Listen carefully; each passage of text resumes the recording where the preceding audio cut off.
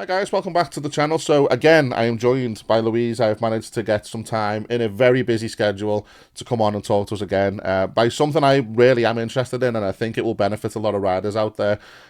So before I hand over to Louise, she is an advanced rider. She's currently going through her IAMS training. I think you may have even finished it.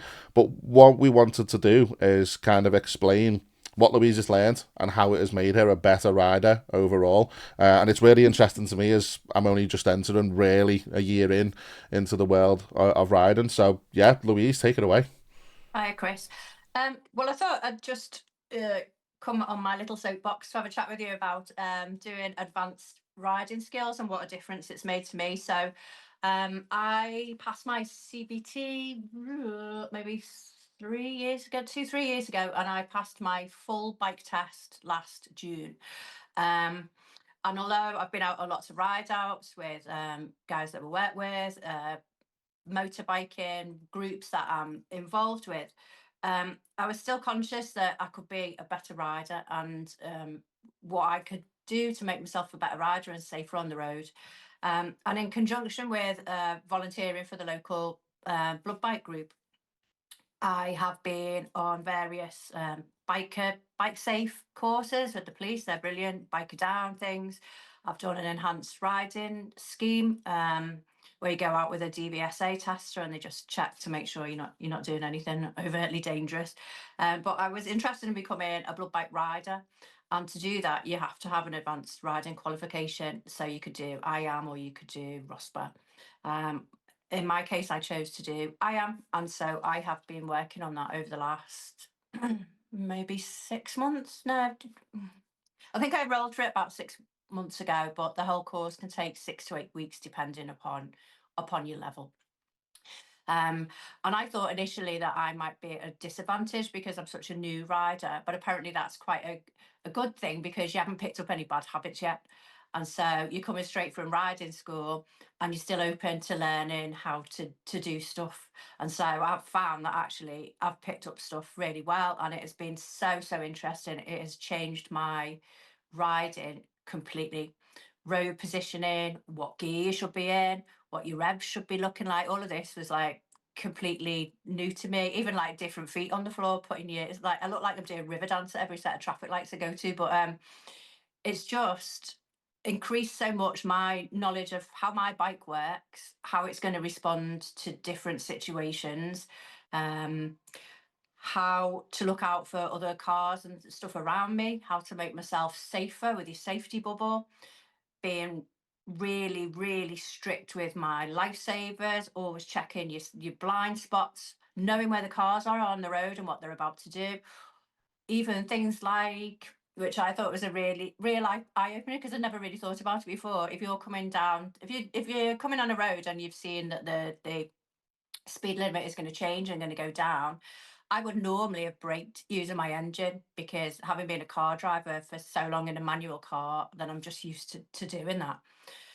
But what I've learned now is to also tap the brake so that a car driver who might be behind you is not particularly paying attention and he might have not noticed that the speed limit has changed, suddenly is alerted to your brake light and thinks, oh, she's changing speed. And so reacts to me touching my brake just gently. Just little things like that that you pick up that just go to make you safer on the road. Um, and added to that, I've had such an amazing time because my local group is Wirral I am. And for those of you who don't know, Wirral's sort of the gateway to North Wales. So we would meet at 8:30 in Wirral in Wallasey Docks, the based. And then the guys will say, come on, it's a lovely day. Let's go out for a ride to North Wales and try. We're going to practice on the bends. What a brilliant place to go out and practice on the bends. The scenery is absolutely amazing. And you're out with these amazing riders. And if you join your local IAM group as well, you tend to find that they'll have like social rides out where they'll have the associates who go out with the observers and people. And it just improves your riding skills so much to be around other riders who are so skilled in managing their motorbikes. I've had great fun doing it, and I'm just waiting at the moment to go in for my test and get it all done, and then hopefully be allowed to ride a fleet bike with Medside and Cheshire Blood Bikes, which is the ultimate goal. So yeah, all good. I mean that would be cool. I mean I've seen the blood bike that we obviously sponsor, and it's a beast. the Yeah, BMW. I don't think I get on here. Smithy, yeah, Uh, he's a BMW and he is massively heavy for me. And I've also got little legs, so I don't think he would be any good for me. But I'd definitely be looking at a smaller bike. And I think a lot of blood bike groups are looking at smaller bikes for ladies to encourage them to get involved.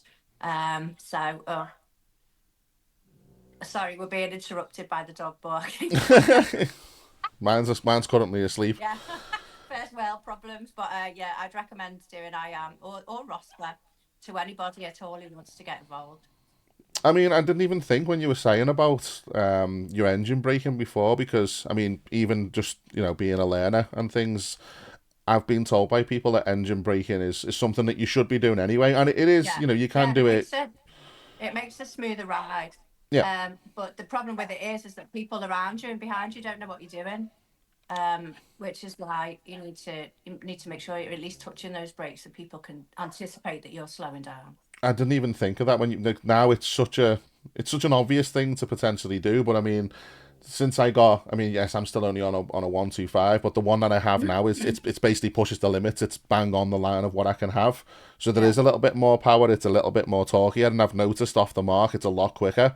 And I have been noticing I'm engine braking a lot more. I'm potentially not even realizing that, yeah, yeah, the cars behind you don't know. And yeah, I am a lot lower to the ground on mine now. I used to have like I mean, you've seen it. It was it was meant to look like a sports bike. It wasn't. It was just, it looked like that. Now I've got the cruiser style. I feel safer on it, which is strange. That's another thing we could yeah. potentially talk about in other videos, is like the shape of the bikes and how they make you feel.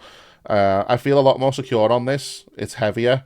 Um, like I say, when I stop, it's less. My foot's just there to put it on the floor. When I used to have to take it off the peg and physically place it. But yeah, I suppose you pick up little things over time that you wouldn't naturally do as a rider, and I think probably it's a good. I wouldn't mind doing something like that when I get my full license, because it does help. I suppose Yeah, little definitely. I'm advanced. also going out on things like Bike Safe so I've been on Bike Safe that was organised by Millennium Motorcycles and Merseyside Police took us out, and that was brilliant. So that took me, I think it was a taster session, so it was 2 to 3 hours, and we rode out to Southport. But again, that was all about road positioning, safety, your safety bubble, just picking up tips from, like, I mean, the police are amazing riders, aren't they? I love watching them. I love being behind them and following their line as they sweep along the roads, and that's just like, that would be my ultimate goal, for somebody to watch me ride and go, wow, look at that. That's something you pick up on your eye. I'm using the whole road, and but that was a brilliant 2 to 3 hours out, when you'll just pick up stuff. Even if you only pick up one thing that you didn't know before, then it makes you safer on the road, and also enhances your enjoyment on the road. So when I first started, so I passed my test, and bends and corners were always my thing that was a bit scared. You're on two wheels. I'm bending over a bit. Is it going to wobble? Am I going to lose it? Am I actually going to get round this bend, or am I going to end up in that hedge over there? Um, and now that I've learnt on my IAM course to do it in a much lower gear, I'm loving them now. So when I see a bend coming up, I'm going, right, I'm going to have this. I'm not necessarily speeding. I've just got greater control over my bike. My head's up and I'm looking where I'm supposed to be going, and I'm off. It's just completely changed the way I'm riding. I'm having a great time doing it. So I'd advocate anybody using it. And also a good thing is, hopefully once I pass, it should save some money on my motorbike insurance, which is always a plus.